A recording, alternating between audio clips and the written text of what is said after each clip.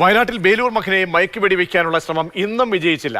പനവല്ലി ഭാഗത്തെ വനത്തിലായിരുന്നു ഇന്ന് ആനയുടെ സാന്നിധ്യം ഉണ്ടായിരുന്നത്. രാവിലെ മുതൽ ദൗത്യസംഘം ഈ മേഖലയിൽ ഉണ്ടായിരുന്നുവെങ്കിലും കുന്നുകൾ നിറഞ്ഞ പ്രദേശമായതിനാൽ ആനയെ മയക്കുവെടി വയ്ക്കാനായില്ല. ഡോക്ടർ അരുൺ സഖറിയും രാവിലെ മുതൽ ദൗത്യസംഘത്തിന് ഒപ്പമുണ്ടായിരുന്നു. എം കമലുണ്ട്. കമൽ, ഈ ദിവസവും ഇങ്ങനെ കടന്നു പോവുകയാണ്, ഉത്തരമൊന്നും കിട്ടാതെ. ഇന്നത്തെ ദൗത്യം പിഴച്ചതിൻ്റെ കാരണങ്ങൾ കഴിഞ്ഞ ദിവസങ്ങൾ പോലെ തന്നെയായിരുന്നു. അരുൺ സഖറിയുടെ സാന്നിധ്യം കൂടി ഉണ്ടായപ്പോൾ കുറച്ച് ആത്മവിശ്വാസം ഇന്ന് ഉണ്ടായിരുന്നുവോ? പ്രജീഷ്, നമുക്ക് പറയാറായില്ല. ഞാൻ ആ വിവരങ്ങൾ കൈമാറുമ്പോഴുള്ള സ്ഥിതി അല്ല ഇപ്പോൾ. ദൗത്യസംഘം ആനയ്ക്ക് തൊട്ടടുത്ത് ഉണ്ട് എന്ന വിവരമാണ് ഈ നിമിഷത്തിൽ നൽകാൻ കഴിയുക. കാട്ടിക്കുളം തോൽപ്പെട്ടി റോഡിൽ വനംവകുപ്പ് കാവലേർപ്പെടുത്തിയിരിക്കുന്നു.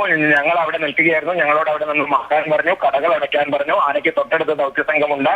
പനവല്ലി മേഖലയിൽ തന്നെയാണ് ഇതെന്നാണ് മനസ്സിലാക്കുന്നത്. ഇന്നലെ ഉണ്ടായിരുന്ന മാനിവായിൽ പ്രദേശത്ത് എവിടെയോ ദൗത്യസംഘം ആനയ്ക്ക് തൊട്ടടുത്ത് എത്തിയിരിക്കുന്നു. അതിൽ കൂടുതൽ വിവരങ്ങൾ എന്റെ കയ്യിൽ ഇപ്പോഴില്ല. എന്തായാലും ഈ വൈകിയ വേളയിലും പോസിറ്റീവായ ഒരു വിവരമാണ് നൽകാനുള്ളത്.